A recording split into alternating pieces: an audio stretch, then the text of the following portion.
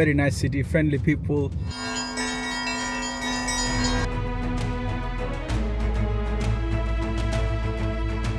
My first impression is really good. ইউরোপের বুকে এক রহস্যময় দেশ, যাকে নিয়ে পশ্চিমা মিডিয়ার প্রোপাগান্ডা শেষ নেই।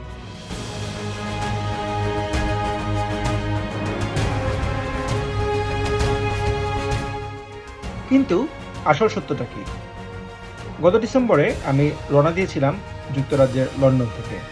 প্রথমে পৌঁছালাম লিথুয়ানিয়ার রাজধানী ভিলনিউসে, কারণ ওয়েস্টার্ন স্যাংশনের কারণে ইউরোপের অন্য কোথাও থেকে বেলারুশের সরাসরি কোনো ফ্লাইট নেই।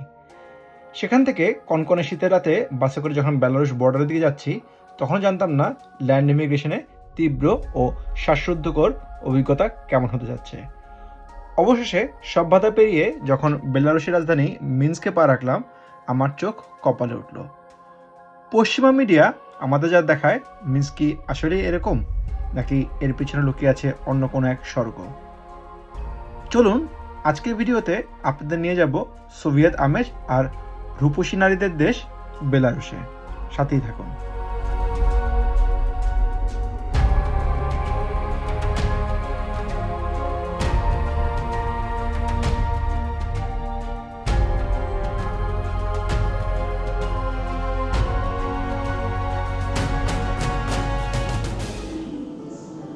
Good afternoon. জাস্ট একটু আগে ল্যান্ড করলাম লিথুয়ানিয়ার রাজধানী ভিলনিউসে। বাইরে প্রচণ্ড ঠান্ডা। জাস্ট ক্যাফেতে বসে আছি, একটু পরে আমার বাস বেলারুশের জন্য। তো এখনও সময় আছে ঘন্টাখানেক, ভাবলাম একটু ভিতরেই বসি, যেহেতু বাইরে পুরো লিটারেলি স্নো হচ্ছে। দেখা যাক সামনে সারাটা দিন কেমন যাবে। I will keep you guys posted. বন্ধুরা, ভিলনিউস থেকে মিন্স্কের বাস জার্নিটা রোমাঞ্চকর হলেও বেলারুশ বর্ডারে ইমিগ্রেশন ছিল সত্যি দেখার মতন। অনেক কড়া সিকিউরিটি, প্রতিটা পাসপোর্টের পাতাটা নিখুঁতভাবে চেক করা এবং ব্যাকগ্রাউন্ড ভেরিফিকেশন, সব মিলিয়ে এক তীব্র উত্তেজনা কাজ করছিল। ওয়েট করতেছি বাসের জন্য। এখন বাইরে প্রচণ্ড ঠান্ডা, আমার মুখে ধোয়া দেখে হয়তো বুঝতে পারতেছি। যেহেতু তারা ইউরোপের অন্যান্য দেশের মতো সবাইকে সহজে ঢুকতে দেয় না, তাই চেকিং ছিল বেশ কড়া। আর তার পাশের দেশ ইউক্রেনে তখনও যুদ্ধ চলমান রাশিয়ার সঙ্গে। সব মিলিয়ে এই অঞ্চলটা বর্তমানে ভ্রমণকারীদের জন্য মোটেও আমি বলবো অনুকূল পরিস্থিতিতে না। কিন্তু আমি যেহেতু একজন ভ্রমণপ্রেমী, আমাকে এই দেশটা দেখতেই হবে। ইমিগ্রেশন পার হয়ে যখন মিন্সকে ঢুকলাম, তখন আমার সব ক্লান্তি এক নিমেষেই দূর হয়ে গেল। চারিদিকে ছড়িয়ে আছে বিশাল সব সোভিয়েত আমলের আর্কিটেকচার বা স্থাপত্য। রাস্তাঘাট এত পরিষ্কার যে আপনি বিন্দুমাত্র ময়লা কোথাও খুঁজে পাবেন না। আমি ইউরোপে এর চেয়েও বহু শহর দেখেছি বড়, যারা অনেক ময়লা আর নোংরা।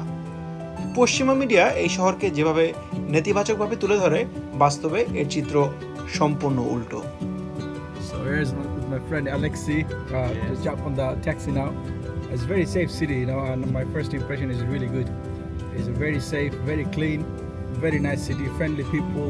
Say hi, Alexei. মিন্স্কের এই চোখ ধাঁধানো সৌন্দর্যের পেছনে আছে এক রক্তক্ষয়ী ইতিহাস। বেলারুশের ইতিহাস কিন্তু হাজার বছরের পুরনো।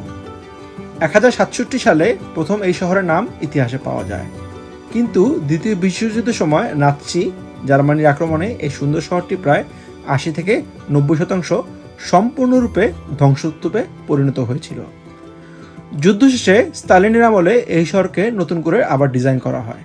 এ কারণেই পুরো মিন্স্ক জুড়ে আপনি দেখতে পাবেন রাজকীয় সোভিয়েত আর্কিটেকচার। এখানকার রাস্তাগুলো অনেক চওড়া, ভবনগুলো অনেক বড় এবং প্রতিটা গায়ে জড়িয়ে আছে সোভিয়েত ইউনিয়নের ইতিহাস। যেন মনে হবে আপনি টাইম ট্রাভেল করে সরাসরি 80 দশকে কোনো সোভিয়েত শহরের রাজপথ দিয়ে হাঁটছেন।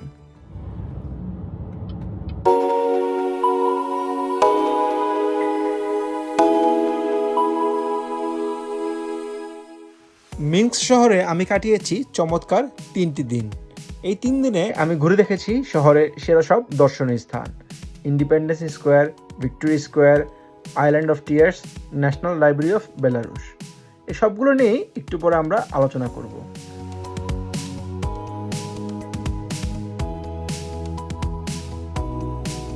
Good morning from Minsk, Belarus. It's 8:30 in the morning. বাইরে প্রচণ্ড ঠান্ডা। আমি যদি আপনাদেরকে দেখাই এখনও সূর্য দেখা নাই, সকাল বাজে 8:30। এখানে সূর্য উঠতে উঠতে প্রায় 9টা বাজবে, এখনও সূর্য ওঠে নাই। মানে এখনও চাইলে আপনি ফজরের নামাজ পড়তে পারবেন। বাইরে এক্সট্রিমলি কোল্ড। এই যে এখানে দেখাচ্ছে -1, ফিলস লাইক -7। মানে এত ঠান্ডা যে বাইরে দাঁড়া থাকা যাচ্ছে না। তারপর আজকে সারাটা দিন চেষ্টা করব এই শহরটা ঘুরে দেখতে। Good morning, it is now 8:50 in the morning, সকাল 8:50 বাজে। If I show you around that basically you'll see এখনও সূর্য ওঠে নাই। সূর্য উঠতে উঠতে আরও 15 মিনিট।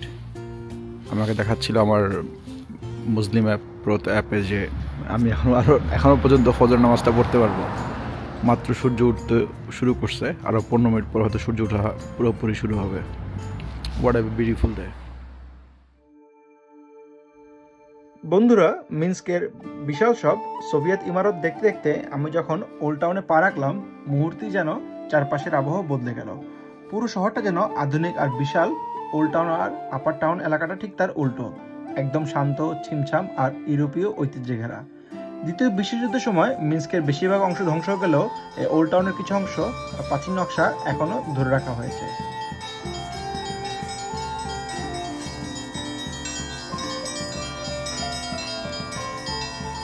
আমি পায়ে হেঁটে হেঁটে পুরো ওল্ড টাউনটা ঘুরে দেখেছি।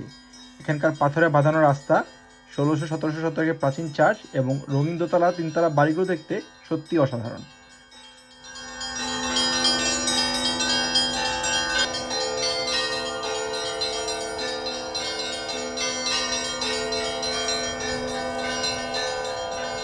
বন্ধুরা, আমি এখন আছি মিন্স্কের সবচেয়ে সুন্দর, সবচেয়ে ফটোজেনিক জায়গা ওল্ড টাউন বা ট্রিনিটি হিলে। আপনি এখানে আসলেই বুঝবেন যে আসলে এখানে যে সোভিয়েত যে স্থাপত্যগুলো ছিল কত সুন্দর। আর পুরো জায়গাটার মধ্যে একটা সোভিয়েত ভাইব আছে, কিন্তু জায়গাটা অসম্ভব সুন্দর। যদিও আজকে অনেক ঠান্ডা, তারপরে আজকে সানডে দেখা হতো, সানডে সার্ভিস চলছে চার্চের মধ্যে। It's like a watery thing, you know what I mean? But it's not proper water. It's like I don't know what do you call it in English. So if you jump on it, then if you get on top of it, I say it will sink you in. হাঁটতে হাঁটতে আমি চলে গেলাম সোভিলস নদীতে, যেখান থেকে old টাউনের panoramic view পাওয়া যায়। পশ্চিমা মিডিয়ার সেই প্রোপাগান্ডার কথা বলে আমি যখন প্রাচীন গলির শান্ত পরিবেশে হাঁটছিলাম, তখন মনে হচ্ছিল মিন্স্ক শুধু একটি শহর নয়, এর একটি দারুণ শৈল্পিক আর রোমান্টিক মনও আছে। যারা ইতিহাস ভালোবাসেন তাদের জন্য মিন্স্কের এই ওল্ড টাউনে হেঁটে বেড়ানোটা হবে জীবনের অন্যতম এক সেরা অনুভূতি।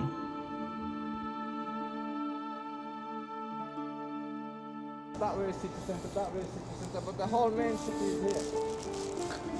ইয়েস, এটা আমি বলবো একটা ইউরোপের hidden gem, definitely must visit city.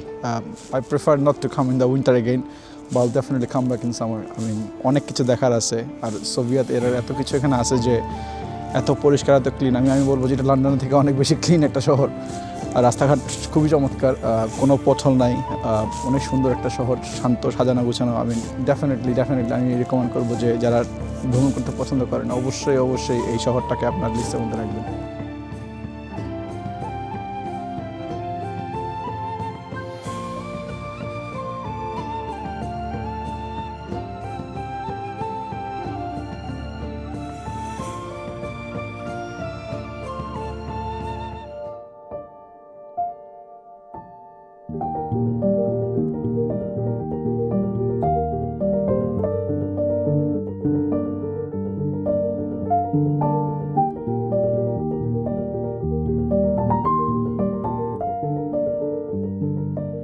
বন্ধুরা, মিন্স্কের বুকে দাঁড়িয়ে যদি আপনার আসল রাজকীয় রূপ দেখতে চান, তবে আপনাকে আসতে হবে ইন্ডিপেন্ডেন্স স্কোয়ারে। এটি শুধু মিন্স্কের প্রধান কেন্দ্রই নয়, বরং পুরো ইউরোপের অন্যতম বৃহত্তম পাবলিক স্কোয়ার। প্রায় 7 হেক্টরের এই বিশাল চত্বরের বুকে আপনি দাঁড়িয়ে দেখতে পাবেন বিশাল এই মিন্স্ক শহরের মহান অনুভবতা।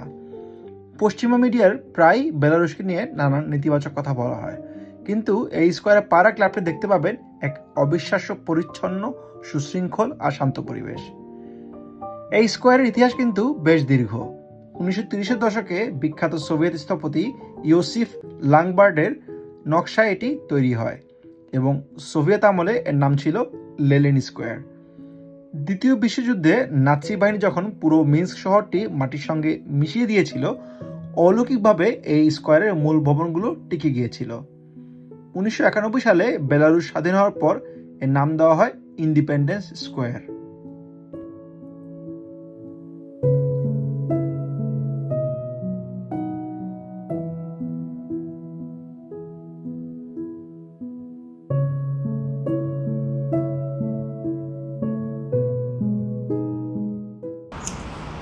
Welcome to Belarus. আমি বেলারুশ রাজধানী মিন্স্কে এখন দাঁড়িয়ে আছি। আমার পিছনে যেটা দেখতে পাচ্ছি হচ্ছে ভিক্টরি স্কোয়ারের victory monument. Reflects the independence in the world war II। বেলারুশের সিটি সেন্টার আসলে এখান থেকেই শুরু হয়েছে। চমৎকার একটা monument which reflects the history of Belarusian people and the country.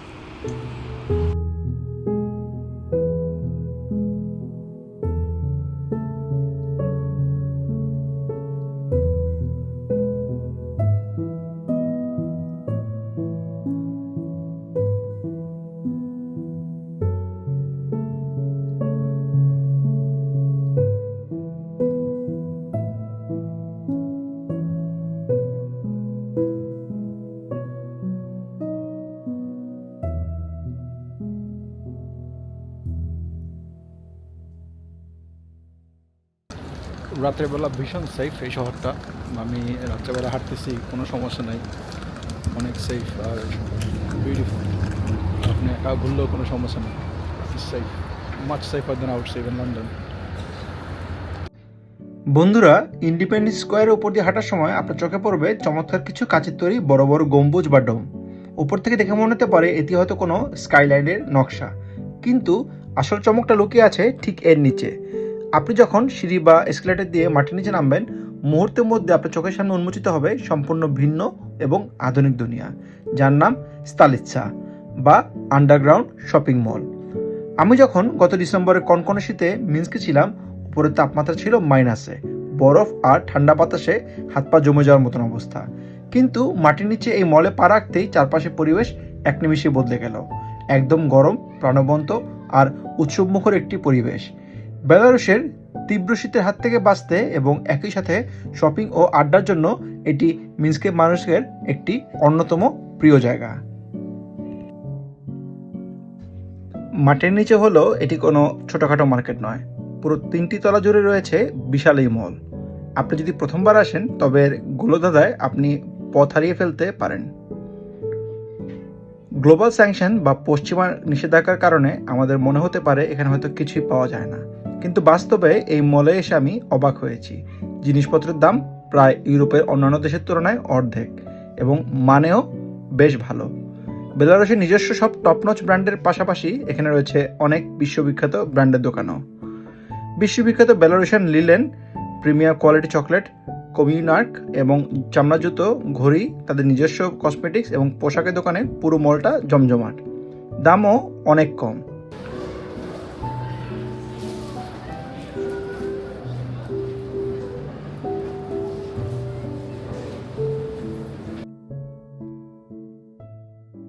কেনাকাটার পাশাপাশি এখানে রয়েছে চমৎকার সব ক্যাফে আর রেস্তোরাঁ। আমি সেখানে বসে গরম কফি খেতে খেতে দেখছিলাম স্থানীয় মানুষের জীবনযাত্রা আর উপভোগ করছিলাম একটি লাইভ ভায়োলিন শো। আমার ভায়োলিন প্লে অসম্ভব পছন্দের। বেলারুশে এসে এই প্রথম একটি লাইভ ভায়োলিন শো দেখলাম, যা আমাকে মুগ্ধ করেছে। আমি মনোমুগ্ধের মতন কয়েক ঘন্টা সেই ফুড কোর্টে কাটিয়ে দিলাম।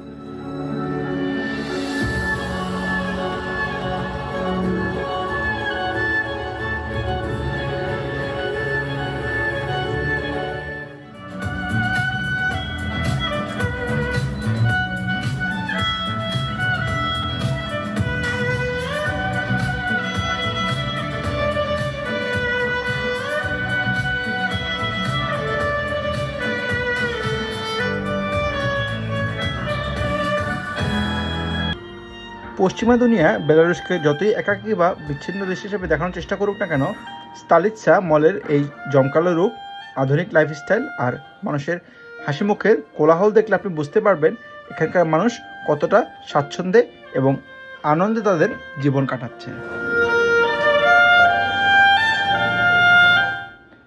যে শিল্পীটি এই মার্কেট প্লেসে ভায়োলিন প্লে করছিল তাকে আমি জিজ্ঞেস করলাম, তোমাকে এই ভায়োলিন প্লে করতে কে সবচেয়ে বেশি উদ্বুদ্ধ করেছে? শুনুন তার মুখ থেকে। Yeah, so why do you love violin playing? Oh, you know, I started when I was very small child. Right. So, and later on, I just understand that without music, I cannot live. It was so nice to meet you, and it was yeah, really thank nice. you so It was much. nice to meet you. Thank Yeah?